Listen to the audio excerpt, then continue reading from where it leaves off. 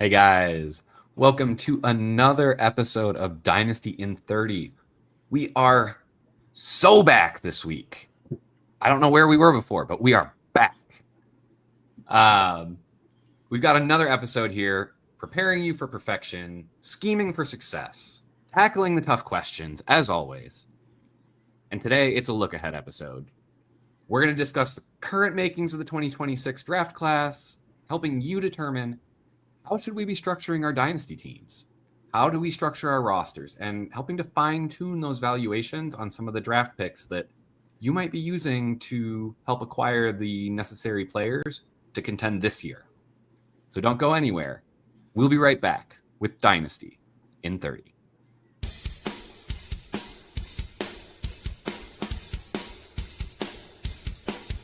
You're watching Dynasty in 30, only on Fantasy Now Plus.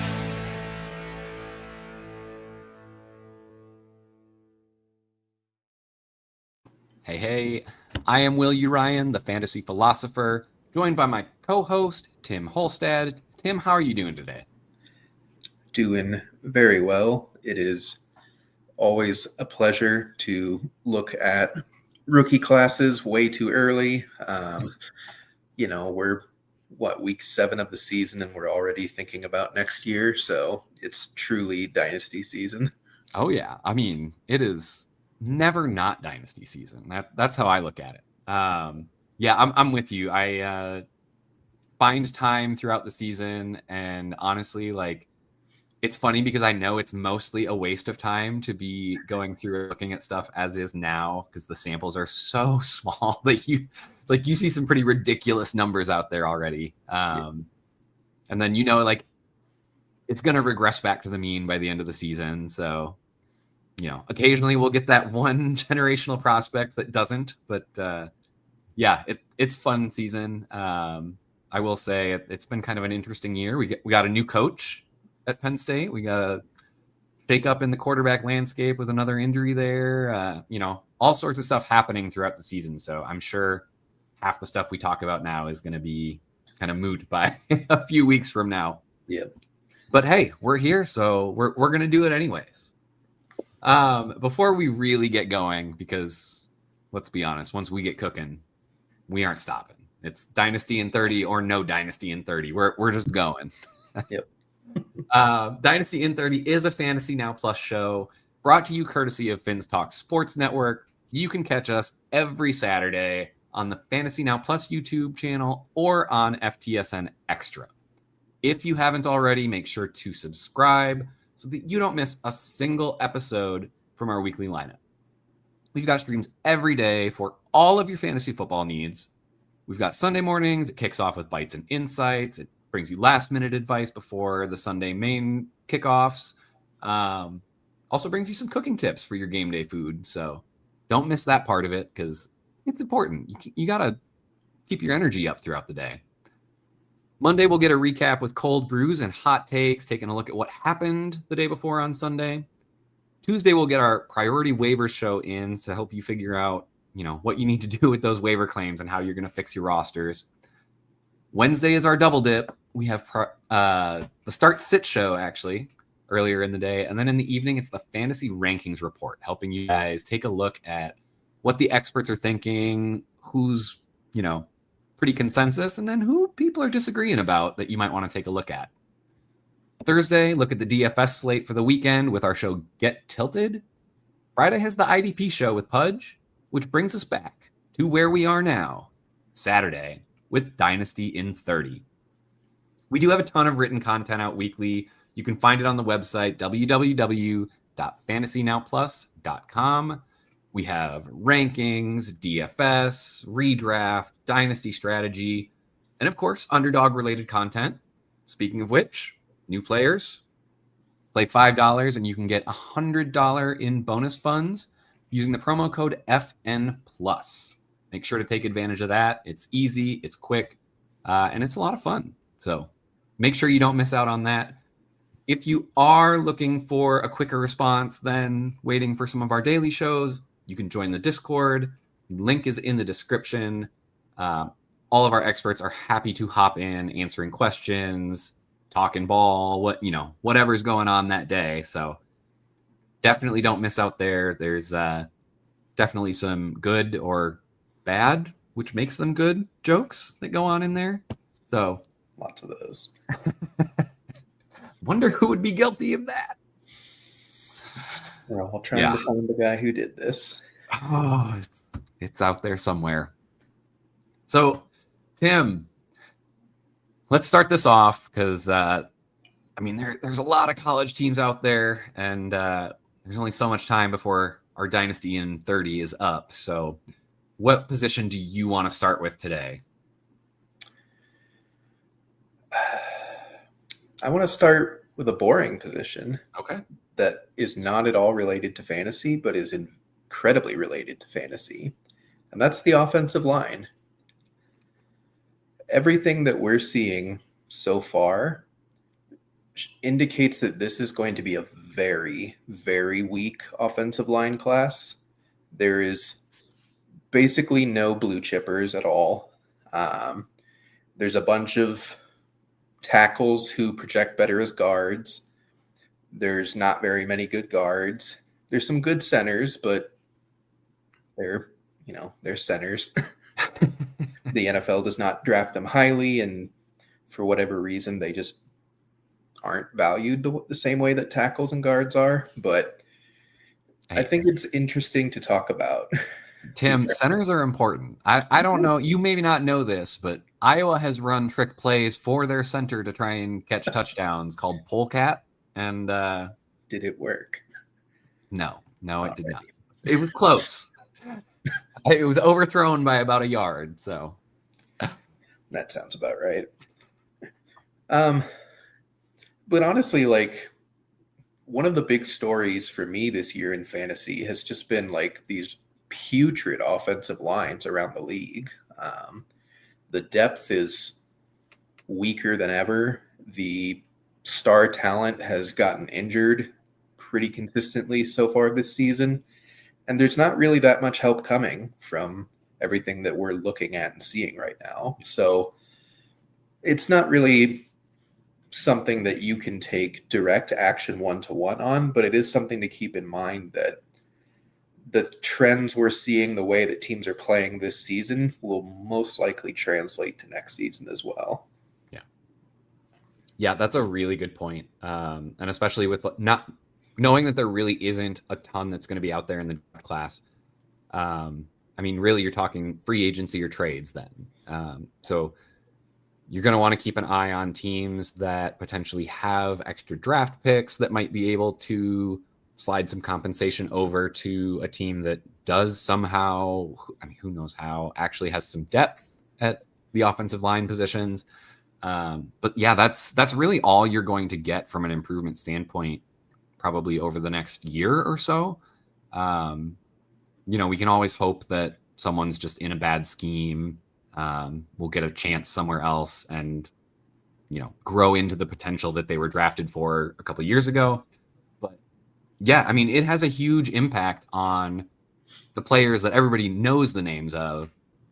And we generally, as a fantasy community, don't have a great grasp of who are these guys that are creating all of the opportunities for the rest of the offense. So very, very good point.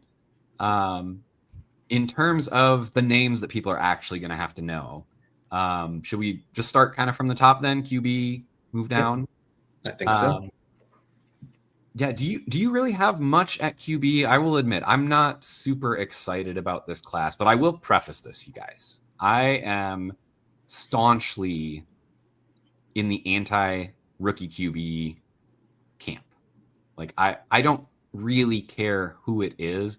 I'm not expecting all that much from rookie QBs. I tend to always have them ranked lower than where everybody else tends to. My take on that is really, you just never know how quarterbacks are going to translate from college to NFL. Yeah. It's a different game. The speed is so much different. The scheme fit, the organization matters so much. And frankly, the teams that are usually drafting quarterbacks high aren't usually the best organizations to help a QB thrive. Yep. So I tend to be much more skeptical of quarterbacks than most. I mean, I honestly, I have two guys that I'm at this point a little bit interested in. I want to see what happens with Lenora Sellers. If he comes out, I think he's got the athletic talent to really make a difference in fantasy, depending on the landing spot. And I mean, the second guy is really going to be Fernando Mendoza for me. I was not looking at him coming into the season. I'll be honest. Yeah. Indiana has been kind of a big surprise, even for me as a Big Ten guy. They're playing great. I got to see Mendoza firsthand when he came in. He beat the Hawkeyes. And I mean, honestly, that's kind of one of my anecdotal data points for quarterbacks. Is like, how do they do against Iowa? For those who don't pay much attention, Iowa year in and year out has one of the best defenses in the country. And that is despite we really don't recruit all that well. So we bring in a lot of kind of the blue-collared, mid-tier recruits, keep them in the program as much as possible. And like it's kind of that next man up mentality. So as our seniors graduate, the next person steps in. It's been actually pretty well correlated. If QBs can hang in against Iowa and put up decent numbers, they tend to do okay in the NFL. But guys that struggle against Iowa, and our defensive coordinator's name is Phil Parker, his scheme really tends to give quarterbacks fits, but it can really test their patience. They tend not to give up big plays all that much. So if a quarterback comes in and is making big plays on Iowa, which Mendoza made a few, it was kind of quiet in the middle of the game, but at the beginning of the game and at the end of the game, he really shined. So I'm kind of intrigued by Mendoza to see how he does the rest of the season, hoping he can stay healthy, and then to kind of watch the draft chatter to see, where does he end up going? Is it looking like he's, that the top echelon of the first round, or, is this just a class that has more guys that people are willing to take shots on because QB is so important? That's kind of where I'm at right now. Is I don't see a huge difference maker that I'm expecting to come in and just take a starting job and be able to just get plugged into lineups. Do you see anything different? Is there anybody else that you're monitoring here? It's a bad class, man. I mean, the way I would describe it is if a bunch of Michael Penix, JJ McCarthy, and Kenny Pickett's were all coming out in the same class. There's like 5 to 8 quarterbacks who could conceivably either be first-round picks or fourth-round picks, and somewhere on that spectrum. And no one's really separating. Mendoza's separating the most. I think he's right now the Vegas favorite to be the number 1 pick as a quarterback, but would you even put him on Cam Ward's level from last year? I don't know if I would. Yeah, I mean, to be honest, so I'm not a film guy. So I kind of need to wait to reserve full judgment until I've got at least most of a season of stats to kind of look through. I want to get a better sense of like how his accuracy is at different ranges. That's another thing I like to look at is like, at the NFL level, like every quarterback's going to be able to hit the short stuff, at least to some extent. I mean, sorry, Anthony Richardson. Although maybe his vision will be better after the eye injury. We'll see. I'm sorry. That's a bad joke, you guys. I should not joke about people getting injured. That sounds like it was very, very painful. So hopefully he is able to fully recover. I hate to see anybody get injured, especially someone who has had such a tough offseason. Like, as much as he's had some memeable moments, like he is a human being. So yeah. Poor guy. Like, I hope it heals. Yeah, man. As far as quarterbacks, Sellers is definitely interesting.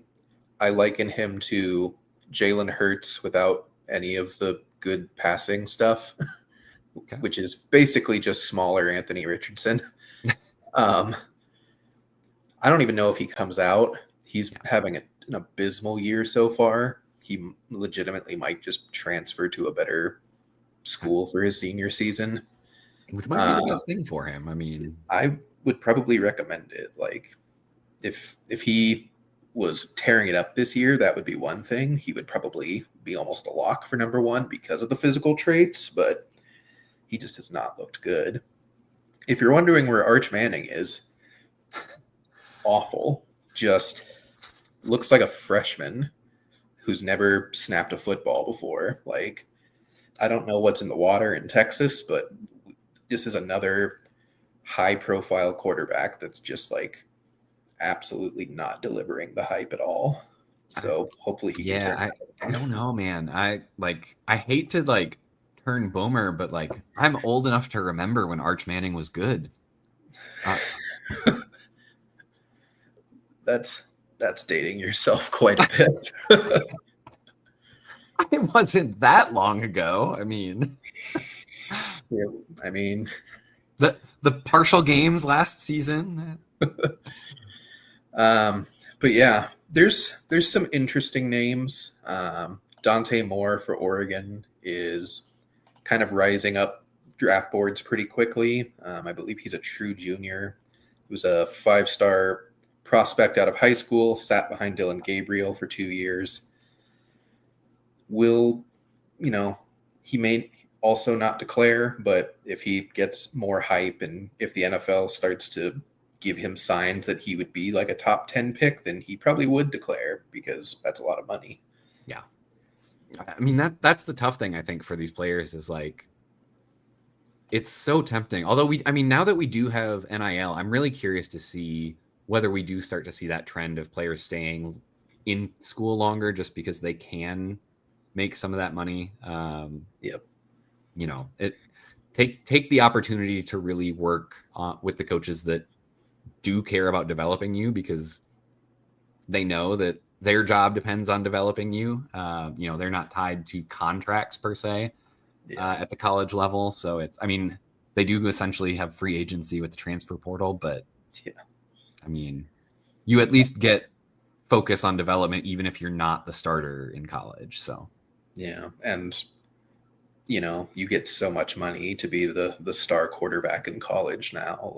And as long as you're good in college, you're going to be a multimillionaire if you go to basically any top half school in the country. So it could be a lot of guys that just ride it out through senior year. So it sounds like, okay, we don't have much in terms of quarterback coming out.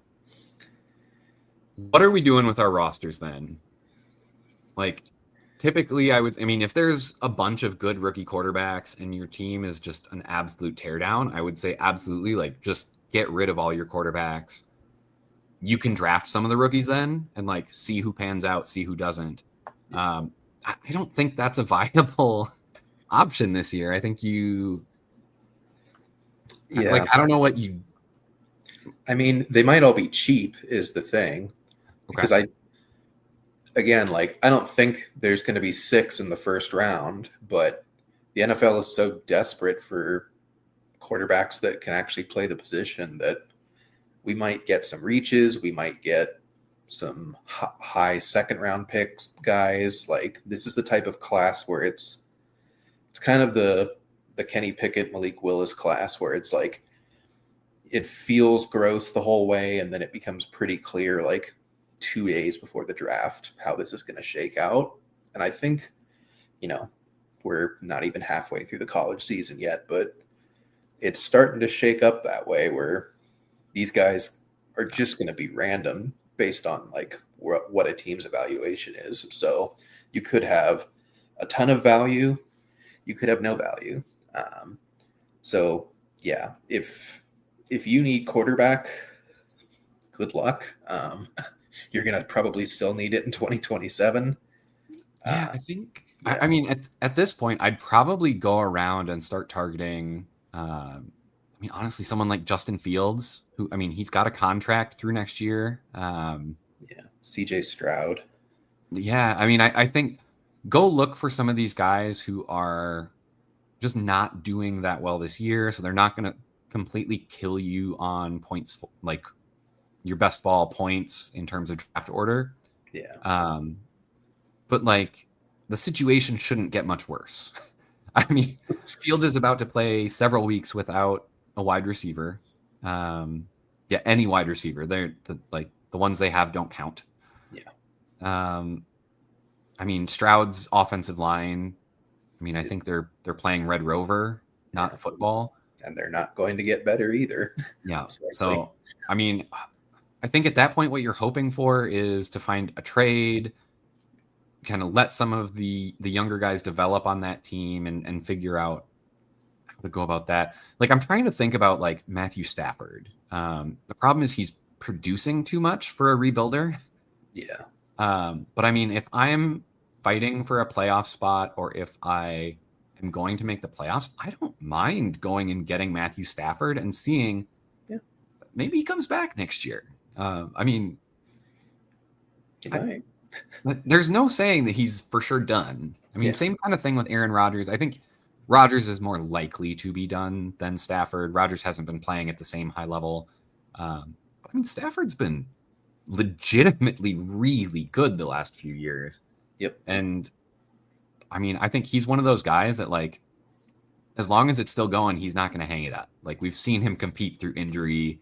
He's just got that warrior mentality. So I'd probably kind of take some shots like that on guys that people are writing off after this year and not having any future value. Yeah. See, I mean, you might eke out an extra season or two, which, like, if he comes back next year, I mean, is his value going to be any less than it is this year? No. So I mean, you're basically getting a free rental for the rest of the year. Yep. Just with the risk that he could end up a zero after the year. Yep. So, but he's either a zero or he was a free rental. So, depending on the price, I'm happy to go explore that. Yep. All right. Should we just go down kind of the roster position? So we had QB. Usually running back is listed next. What's running back looking like for you? Again, it's kind of hard to tell this early in the season. Just most of the teams have played all their cupcakes so far, so some running back production is a little inflated, but it's definitely not last year's class. I probably would put it more. There's a couple blue chippers at the top. Jeremiah Love still looks good, still is producing. And then Jonah Coleman from Washington is looking really good from an analytical perspective. Yep. Some of the analytics that I ascribe to and the people that I watch who covered prospects way more in depth than I ever will say that Coleman is like a top 10 to 12-ish like data running back in the last 10 years from a prospect model perspective. So he's not Bijan, he's not Genty, but he's very much on the level of like a Hampton, or they comp him to like Ezekiel Elliott almost. Okay. Yeah. That, I mean, I'm thinking through the models that I've run over the past couple of years, and I was trying to think through, okay, where would that put him? Cause I've always been, I try and back test a little bit just to make sure I'm tweaked correctly as trends change and everything. Yep. And I mean that sounds right to me. I mean, yeah, I'll be really curious to get the full season stats in there, but yeah, he's definitely on my list as well. So yep. After that, it's kind of gross. It's kind of a lot of question marks. Or you've got Nick Singleton for Penn State. They have their two-headed monster that wasn't really a monster this year and now has to deal with a new head coach, and it's a bad team. So yeah, the Penn State running backs kind of feel like it's going to be a Ollie Gordon, Quinshaw Judkins kind of situation of just like they were good, and then their last year they were not so good, which is real. We think Singleton's good. He was pretty highly rated if he had come out in last year's class. I think he was like kind of consensus RB6 or 7 in that class. So, which again, good class. So yeah. RB6 or 7 is he's the RB3 in this class. So to put that into perspective, but I have no idea on like what draft capital would look like for anyone besides Coleman and Love at this point. They could all be third rounders. They could be sixth rounders. It's a very wide net right now. Yeah, I actually really like the way that I model. So I do a pre-draft composite score, and then once we get the draft capital, I plug that in and get kind of the finalized score. But it's really interesting to me to see those guys that like grade out really highly in the analytics that I take into account in my model. And then sometimes they do fall further in the draft than I would expect, which, it makes me wonder. But then those are also the guys that I like to keep in mind for, like, I mean, I had Taj Brooks on that list. And then, he hasn't done anything this year, but I'm really waiting to see what the Bengals do, because somehow they managed to have a good game on the ground on Thursday. But, I mean, other than that, they have been just abysmal. So I'm kind of thinking we're probably going to see Taj Brooks second half of the season. And I'm really curious to see what happens there, because, I mean, I had him mocked up as, like, legitimately could earn, like, round 3 capital. Yeah. So disappointing to see him not do it, but, like, those are the guys that you want to watch for and see where they land on the depth chart. If in training camp and stuff they start creeping up at all, like, I will go out and spend future capital when you can still get them for a third or a fourth.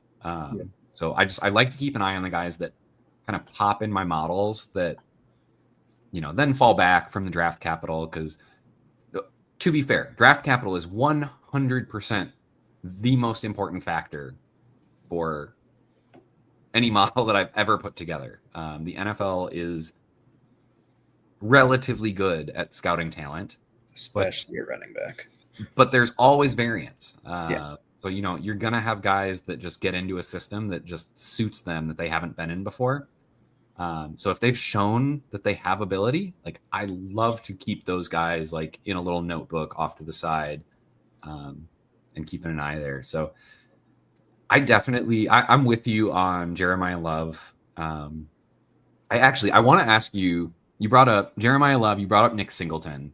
I would say both of those guys, the workload is not what I would expect for running backs that kind of grade out the way that they do. What's your take on that? Is this another, like, Trevion Henderson, Quinshon Judkins thing where it's just the team has two really good running backs that they just, like, they are really good running backs, but they're not that much separated where one's going to get enough to really put together a monster season the way that we've kind of seen with other elite backs? Or is it just that they're just not as good as everyone is saying they are?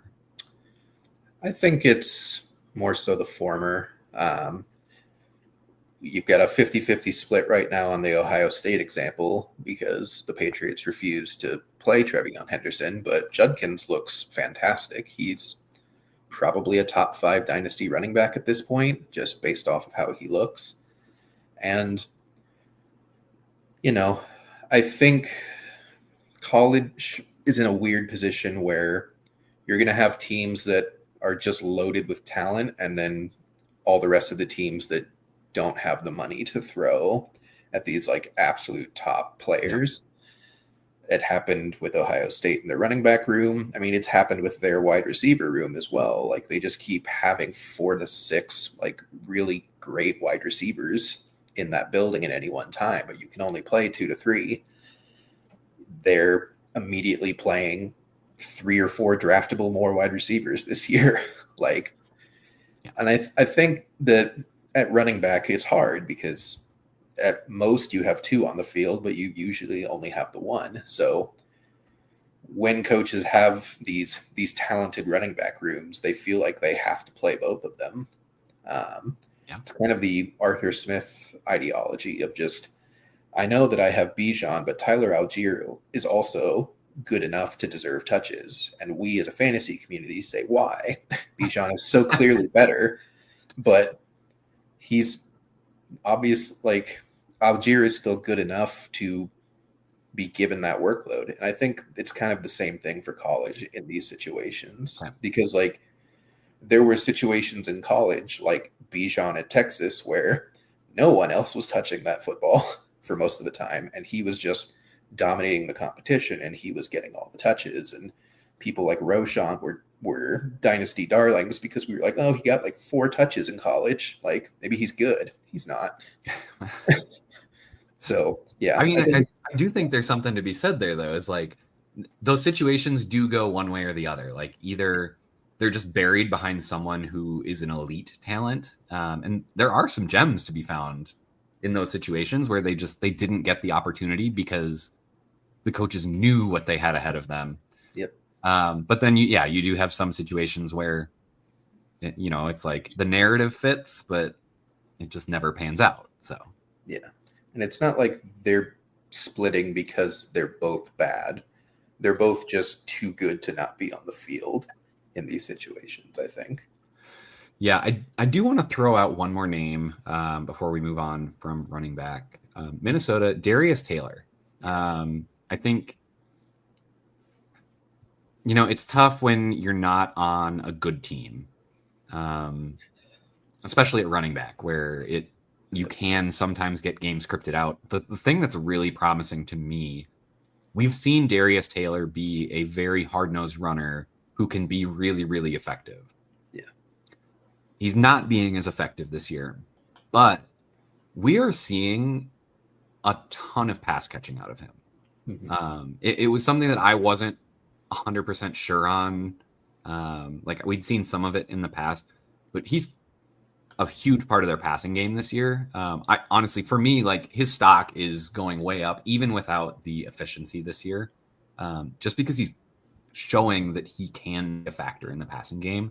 And I mean, that's really one of the things is when I'm looking at running back prospects, I want to find a guy who ideally he has to be able to catch some passes. Yeah. If you cannot catch passes in the NFL, you have to be a Derrick Henry type. That's just too good of a power runner to take off the field. I mean, even Derrick Henry we're seeing now kind of at the tail end of his career, he's game script dependent. Yep. I mean, if they get behind, it's Justice Hill in the game, even though Derrick Henry is still one of the best running backs in the NFL. Darius Taylor's checking that box for me, but we've also seen him put up massive workloads. I mean, we've seen him get 30 carry games. He doesn't have a problem carrying the load. That's it's another underrated aspect in my model. I think that seems to be one of the things that really pushes some guys up for me compared to some of the other kind of models when I'm looking at the outputs and seeing where guys rank. It's like, that's kind of the factor that seems to jump out to me is if guys are able to get a ton of touches per game throughout a season, I think that's really important because it shows that they have kind of the upside to potentially be a 3-down back. Like even if they come into the league to be in a committee, if the starter goes down, I like the backs that we know can hold up to a full-time workload if necessary. Like if you get the guys that the change of pace backs, the scat backs that are too small, coaches just aren't going to trust them with the load. Like what's the upside there? Yeah. If they're splitting with someone and their counterpart gets hurt, like, okay, they'll just bring up someone else to split with them. It's no different. So I want the guys that have that contingent upside of, yeah, they might not be good enough to just dominate a backfield. So they're going to be in timeshare. They'll do all right. But yeah, I mean, think Tyler Algier. Yep. John goes down. We know what's happening. Yeah. It's Tyler Algier gets every carry. So I think Darius Taylor's going to be one of those guys that ends up in a situation like that, where he's going to be paired with someone. I don't think he's likely to get drafted to be the guy somewhere. Yeah. Although that would be nice for fantasy if he did. I think that's kind of the dream for every prospect is, find a spot where there's just no one else. But it's just not realistic in today's NFL. So I want the guys who I think can kind of have that upside, I guess, the contingent upside, like I was saying. Yep. And a quick note on Taylor. I mean, he was kind of a consensus top 3 running back going into this college season, and he's just The offensive line there is just absolutely awful, and he is getting battered. So I will say, like, he's one of those guys that, so I don't pay much attention to college football during the season just because, I mean, there's so much going on with the NFL to try and stay abreast of from week to week. But like, I don't hear anybody talking about Darius Taylor. And like, I feel like in past years, like we had Ollie Gordon, who was coming in as like, had that huge season and then disappointed, but like, it felt like people were still talking about him, even though he was going through a disappointing season. I don't know if that's just Minnesota being so irrelevant to the media that Darius Taylor just gets ignored, but it feels like he's very under the radar for what he is.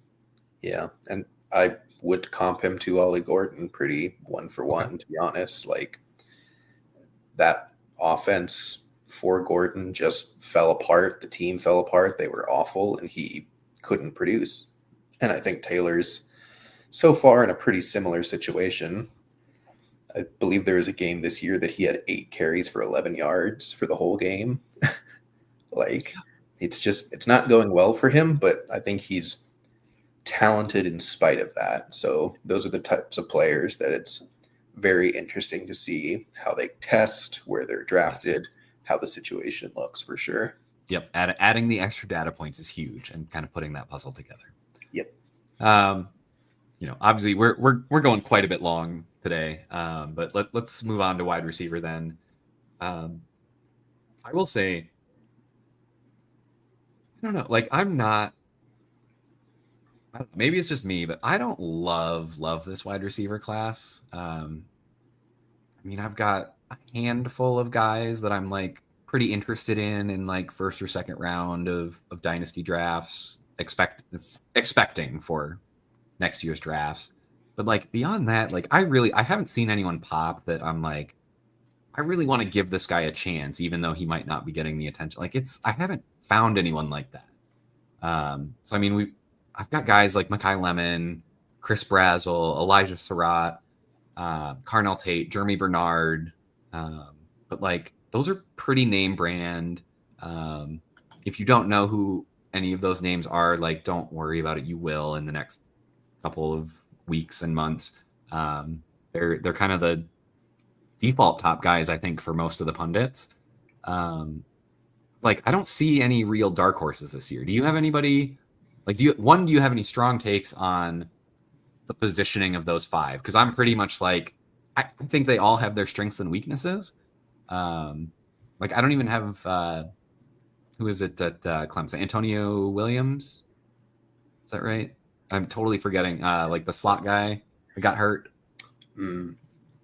So he like, his stats are low because he missed the first couple games, but I think he's gonna be pretty good. He just has to keep going, and Clemson hasn't been all that good this year. So, well, I kind of see it differently than you. Okay. I think Mekhi Lemon is an elite prospect. He has almost the exact career trajectory of Malik Neighbors so far, and they win and play in very similar ways. If I remember correctly, he leads the country in yards per route run right now.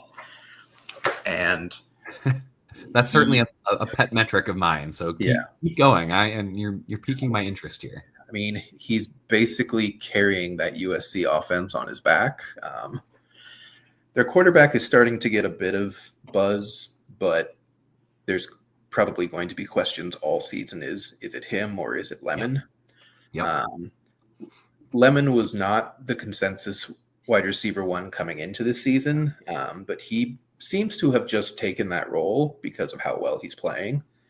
And I see it on film in the short amount of time that I've watched. He's fluid, he separates, he is fast, he catches everything that you want him to catch. He's good at high pointing the ball despite being smaller.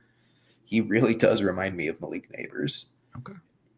And Jordan Tyson at ASU, he's just continuing to produce. He was the consensus wide receiver one going into this year. He hasn't regressed as so far as he's just not putting up as great of numbers, but they're also missing Sam Levitt for multiple games, so that kind of tracks, to be honest. Yeah, I was gonna say that was kind of the thing. It's like I at this point I don't have Tyson on, and I think to some of that is like the small sample size of what I've seen so far this year. Like his metrics just aren't popping. So yeah, man, they're certainly, maybe I am just wrong on this class. To be fair, you have the unfair advantage of living further west than I do, so you get to actually see some of these people, whereas I'm asleep before they kick off. So Yep. Tyson is in my backyard basically. So nice. But yeah, I think there's a lot of like late first, early second dynasty wide receivers in this class, and I think they will kind of separate themselves depending on, again, draft capital, scheme, how they test. I actually really like Chris Brazzell. I know it's Tennessee, and I know that's scary because everything they do is a scam. But if you watch him play, he is not participating in that scam. They love their trip sets. The reason that everyone missed on Jalen Hyatt was because he was at the back of the trip and he just got easy go routes 4 or 6 times a game, and he would catch 2 to 3 of them. Brazzell's playing the X at all times. He is always on the line of scrimmage. He is always facing press coverage, and he's winning. And also, he's basically just a clone of Dante Thornton physically. He is 6'5". He is over 200 pounds. He probably runs a sub 4.4 40. So he's very interesting. I know it's Tennessee, but if he tests even better than he looks in game, he's probably going to be a mid to late first round like NFL pick. Tim, just remember as you describe these guys that this is supposed to be a family show. I know. You cannot do this to me, man. This is I'm just saying. And it sounds good, but like you said, Tennessee, like I don't know, man.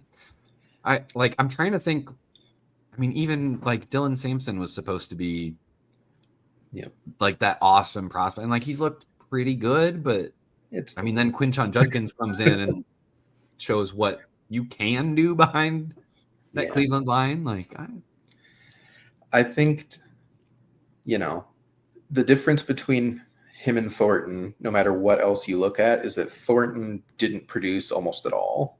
He had barely any counting stats. He really didn't pop. Like there was a reason that he was like a late sleeper of like, oh, who's this guy?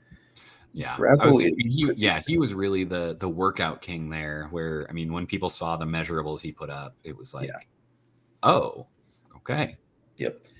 Brazzell's going to put up those measurables, and he has production, and it's not gimmicky production. It's just straight up, I'm beating press coverage of the line production. So he's not like the most polished prospect in the world. He still has things to work on, but sure, maybe like 80% of Brian Thomas Jr. is what I would liken him to. Like, I don't think he could be that level of a player, but family show. Hold your ears. Like you're getting this like TVMA rating. Like, can we talk?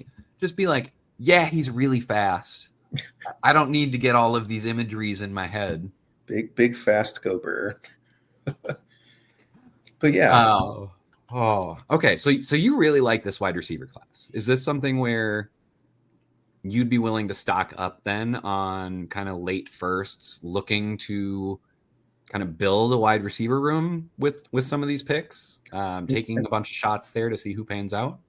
I think so. I think it honestly does remind me of the Neighbors, Harrison, Odunze class. It just doesn't have Neighbors, Harrison, and Odunze at the top, but it has a lot of guys that could become Ladd McConkey, could become BTJ, but it also could have people that turn into Keon Coleman and Xavier Legette. So You had about a 50-50 hit rate at the back of the first, early second in that class. I think it's probably going to be something similar here, where you have 3 or 4 guys that are going to give you varying levels of production, and you have 1 or 2 guys that are just going to end up being busts for you. But Sure. I think there's a lot of depth as far as guys that will make an impact for fantasy. I don't know if there's really that many guys that can become like the guy that can become like a top 12 dynasty wide receiver. I think Lemon is pretty close. Okay. I think if he goes to the correct team or a good system with a good quarterback, I think he'll be great. So But not the Jets. they're picking 1 overall, so I sure hope they don't take an undersized wide receiver at 1 overall. But And sorry to any Jets fans, but I'm sorry. The talent that they have drafted and failed to capitalize on is just, it's insane. I mean, how is that there one year they drafted Breece Hall and Garrett Wilson, who, I mean, I think if Breece Hall had stayed healthy, he would have been rookie of the year. Yep. Instead, it goes to Garrett Wilson, and like they're still where they are. Like, because they drafted Zach Wilson. Yeah. And Sam Darnold is now a good quarterback because he left the Jets. That's part of it too. A lot of this time, it's the organization. It's not necessarily the players. So yeah, you do have to keep this in mind when it does come to draft time. But, all right. Should we see if we can take this home with tight end? You want to? It's going to be do a quick overview here, and yeah. You like the class more than me. I don't think there's very much talent in it at all.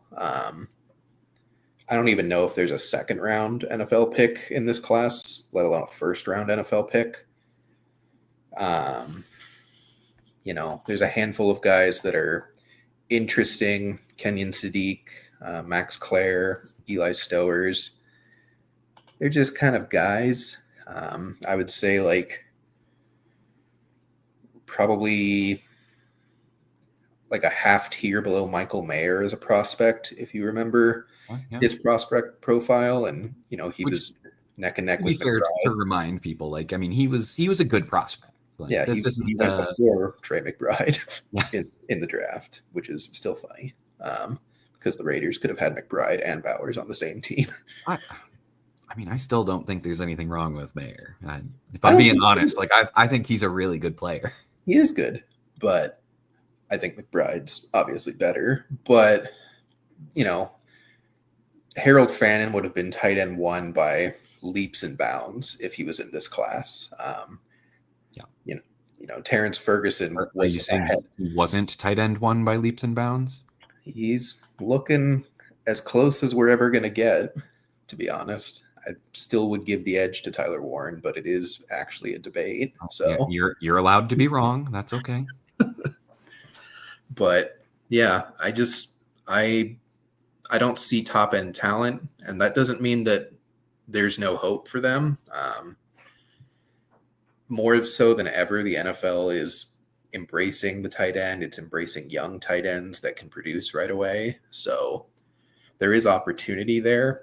I'm sure half the teams in the league would love to add some of these guys, but how relevant or useful they'll be for fantasy is a different question.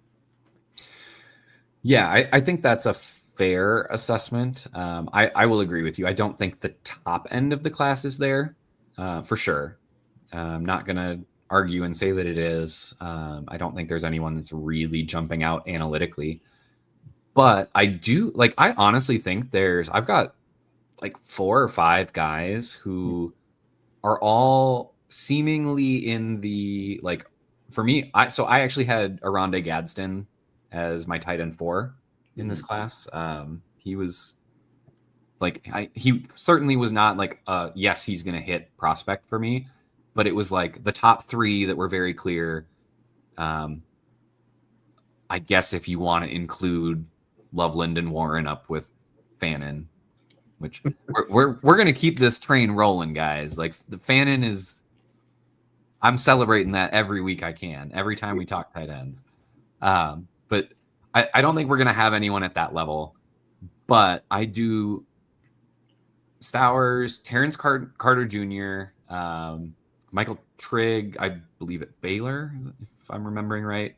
I am totally blanking on where Jaron Kanik is at school. But then Tanner Koziol is at, oh my God, why can I not remember schools all of a sudden? Because is he Cincinnati? Get them. That sounds right. Yeah.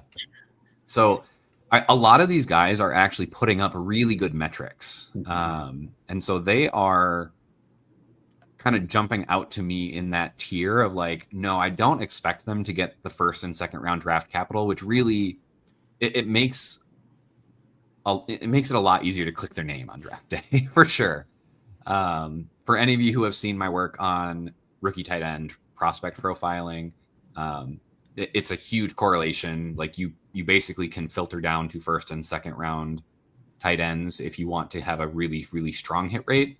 Yep. But I think these are the types of players out here where they're not going to go in the top 2, but they're going to be the guys that actually do end up producing by year 3. Yeah. It's not so much, I don't think they're going to come in and produce right away. But if you've got an older tight end room, I think this is a class where you can go get a couple young guys, not spend very much at all. I think you'll be able to restock your tight end room, and in 2 to 3 years, you'll be able to have 2 top 12 tight ends just out of these handful of guys that come out this year. So I do think we have that depth there. I just don't think we've got like the, anywhere near the generational talent of a Brock Bowers or the high end, like almost surefire eventual tight end ones that we had this previous year. So it's going to take some patience, but these are the guys that I would be kind of trying to gather some like round 4 picks for. Yeah. And I'm going to grab a lot of them for very, very cheap. I don't think many of them are going to get talked about. I think the big trap this year with this class of tight ends, you mentioned Kenyon Sadiq. I think the guys that are up at the top of the kind of scouting tight end, like the guys who do film analysis, I think they are getting too wrapped up in the physical potential of some of these guys. And my whole thought process is, yes, you want really big, strong, fast guys to play tight end so that if they put a linebacker on them, they can outrun them. Yeah. If they put a corner on them, they can just be bigger and win contested catches. I think what people have tended to forget, they get so wrapped up in these athletic profiles. What are these athletic specimens doing against college kids? Because like the really athletic guys this year are not producing. It's like if you can't 17 catches, like what are you going to do when you get up against NFL players?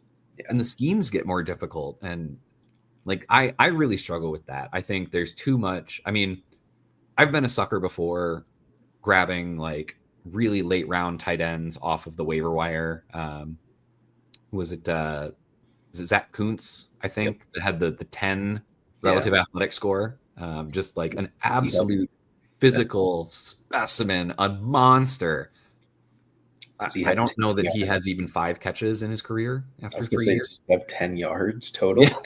Yeah, I mean, it's one of those where it's like, yeah, I'm confident he could run past any linebacker that tries to guard him. And I'm confident he can outjump any cornerback that covers him outside. But he apparently can't catch once he's open. So, I mean, just look at the tight ends that are successful in today's day and age. Like, even past like the obvious, these guys are just the best of the best. I mean, there's 36-year-old Zach Ertz is still like a top 12 tight end year in and year out. Like Dallas Goedert is just consistently a back end tight end 1 year in and year out. And like none of these guys are faster than you.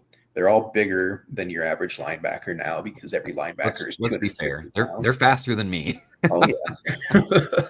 But I mean, even Harold Fannin is a little undersized for a tight end. He's not like a 10 RAS guy, but he's just winning because he just gets open.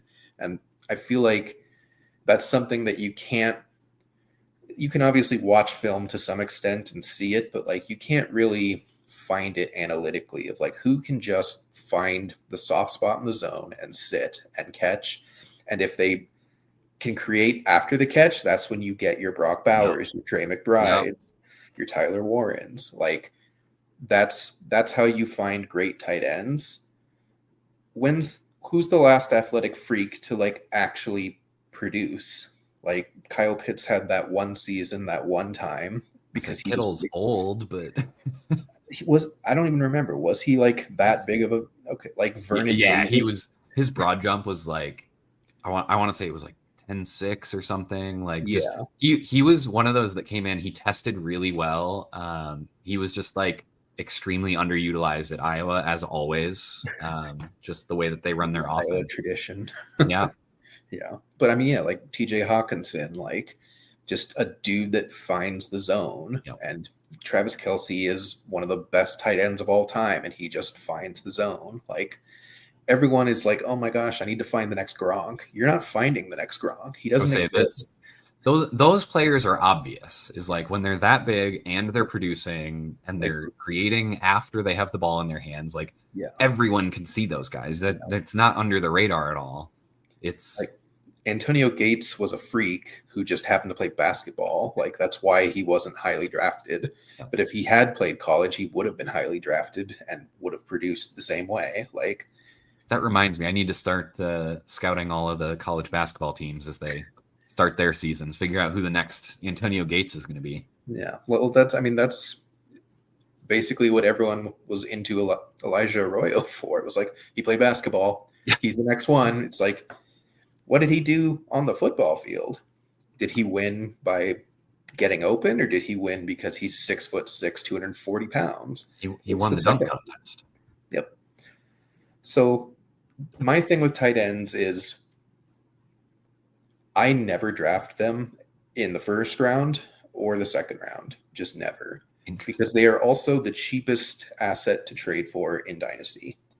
I guarantee you could go out right now and get Colston Loveland for a second. Just straight up. In probably 50 to 75% of your leagues. I am literally going to send that offer in every single league. I'm curious to see if I get any bites. Like, who's going to ask for a first for him? Under what justification? That they drafted him in the first? That he's really good? We think.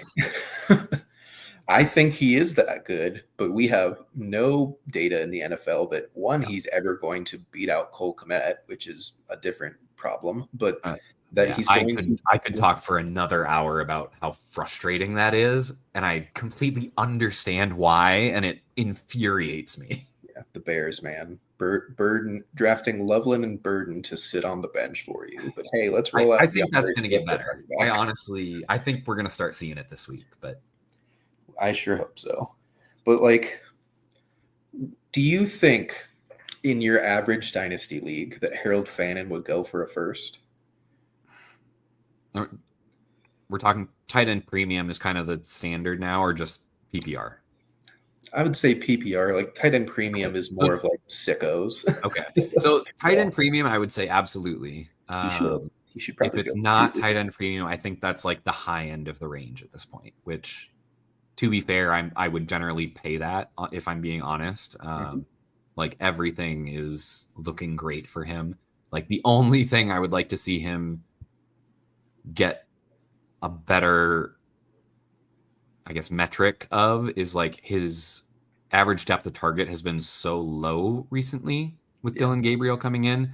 But to some extent, I think that's just who the Browns are this year. They have a rookie QB, like that's just, they want to make sure that they can get the ball out without taking too many sacks. Yep. So they're not going to do a lot of long developing stuff down the field. Yeah. So my advice for the 2026 tight end class is to go get Colston Loveland and Harold Fannin, because they are very talented prospects. One of them is producing and people thought he wouldn't, and the other is not producing and everyone thought he would. but they're going to be better for your team than anyone that you're going to find in this class, most likely, unless someone like truly is just a unicorn that's in hiding right now. And Yeah. I would rather do that and pay high second, late first for these guys, as opposed to I'm going to take whoever the tight end one is at the 204 and pray, because there's probably going to be other position players that are just way more valuable and are going to ascend way higher than whoever the tight end one is ends up being in this class. And that's usually why I fade tight ends as rookies, because, you know, would you have predicted Sam Laporta was going to be the tight end one out of that class? I wasn't. And this doesn't have the logo, but this is an Iowa shirt. But, you know, general consensus, no one was taking him as like, yeah, he's going to be a top 12 tight end in his first season. And he was. And you probably could have drafted him with like the 212, maybe in the third sometimes in most leagues. Yeah, I think so that's the approach. Right, that's fair. Yeah. I prefer the approach of I'm going to take a lot of very late shots on tight end, and I'm going to get the guy. And I don't really want anyone else in the middle. Yeah, this is the class for that. If I'm like, honestly, like I think you're going to have guys that you can get in the third and fourth that if you're willing to be patient, which you should be with rookie tight ends, I think you can do that. So let's wrap up with, I have kind of an idea for a little exercise here. We've chatted back and forth a little bit about how we view each of the positions. Yep. What advice would you give for based on how I see this class, how would you summarize what I should be doing with picks for either A, a contender, or B, what was it? People hate calling it rebuilders now. They like to call it retoolers or whatever, restockers. You can't retool if you've never won, folks. Yeah, fair. But go through those two scenarios and like, what would you be doing with picks based on like, if you're looking like you've got early picks and you're not competing, like, should we be hoarding those picks? Should we be trading those picks? What, based on my view of the class, like what's your recommendation here? That's tough. The one thing that I'll say right off the bat, if you have a horde of picks in this class, I would be going hard after Malik Nabers and Joe Burrow. I don't care where in the process your team is. I would rather have them than any combination of players in this class, just from what we know right now. If another semi-young, high-end talent gets injured, please don't. But if it happens, I would go after you put that out in the universe, Tim? I didn't mention anyone specifically. The universe can interpret high-end whatever they would like to interpret it to. But, you know, as much as we like these guys, I don't see anyone that's just, you know, he's going to be worth 3 firsts in the middle of next year. Like, if you tried to trade for Ashton Genty today, like, regardless of how well or bad he's played, it's going to take 2+ firsts and a player, I would bet. I don't see any players, maybe Lemon, but again, it's going to be very dependent on how he finishes and who he's drafted to and how high he's drafted for me.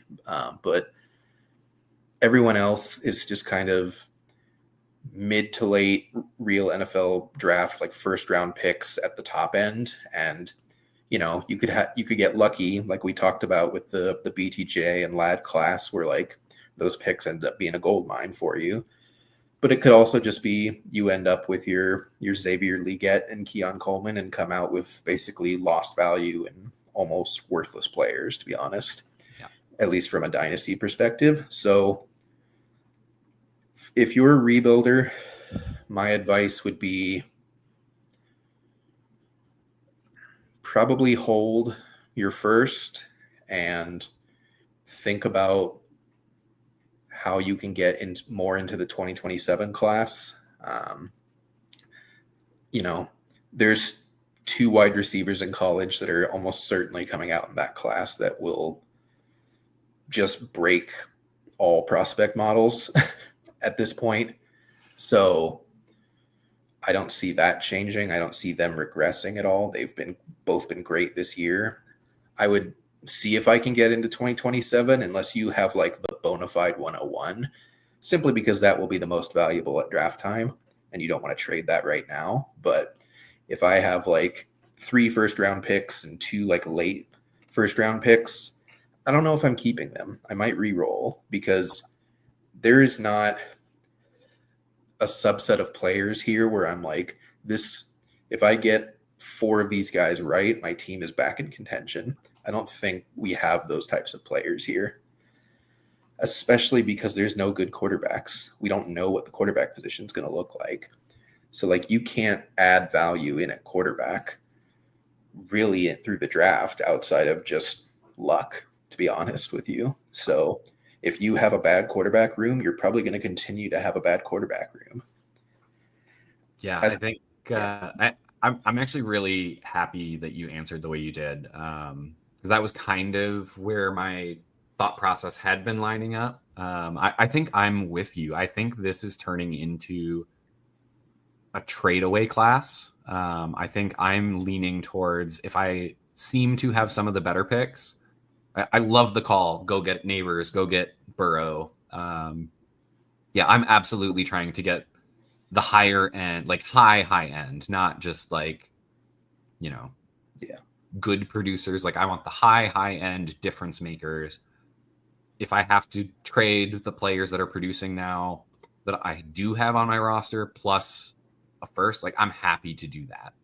I don't see, like, I think like you said, it's, for me, it's Jeremiah Love. And then maybe, like you said, a couple of the receivers are looking potentially as high-end prospects. I don't see any other really awesome prospects. So it's going to take a real big push in rookie draft season to kind of, all gas those picks and get any sort of value there.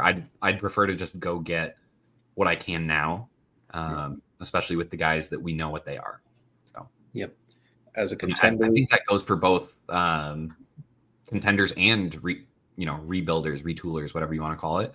Yeah. If I'm a contender, like I'm happy to go shop my first for production now and say, like, I don't know that I'm going to get a difference maker next year, even if there are shots that can be taken in the late first. Yeah.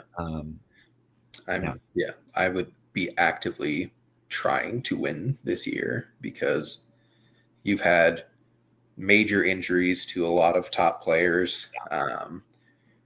Some of them are going to be lingering all season. You're going to have like half of the top 12 wide receivers that'll miss like 4 to 6 games at the rate it's going. Like, it feels like a very volatile year in fantasy where like the teams that are very clearly the favorites might have gotten 2 or 3 of these injuries and suddenly they're in third. And it's like, well, yeah, they're still in the playoffs, but they're beatable. Like I've had a couple teams like that so far. I try and get pretty specific about which leagues I'm going to compete in. Just I do everything I can to not finish in the middle. And there's a couple where it's like I'm like 4-2 now. Yeah. But I've got Malik Neighbors sitting in IR. I'm like I don't want to trade away Malik Neighbors. But like I don't know if my roster can truly compete with that much dead weight in my IR spot. So yeah. Package him and your first. Go get Lamb, go get Chase, go get Jefferson. See what you can do. Because if you don't have them on that same team already, none of those guys are really. Chase last night is probably the first one this year of like, hey, they're still breaking fantasy. Like these teams are probably not doing that well. You've had CeeDee Lamb for 2 games. You've had Justin Jefferson for 3 good games and a couple real stinkers. Like Jamar Chase has been very 50-50. So yeah, I think now's the time to strike. We're one of the first shows that I can see on the internet that is talking about this class already. Like people are not thinking about 2026 right now. Yeah, Go sell. Yeah, I think there's an edge here. I don't see anything special. So, yeah, I'm with you. I think this is a sell class.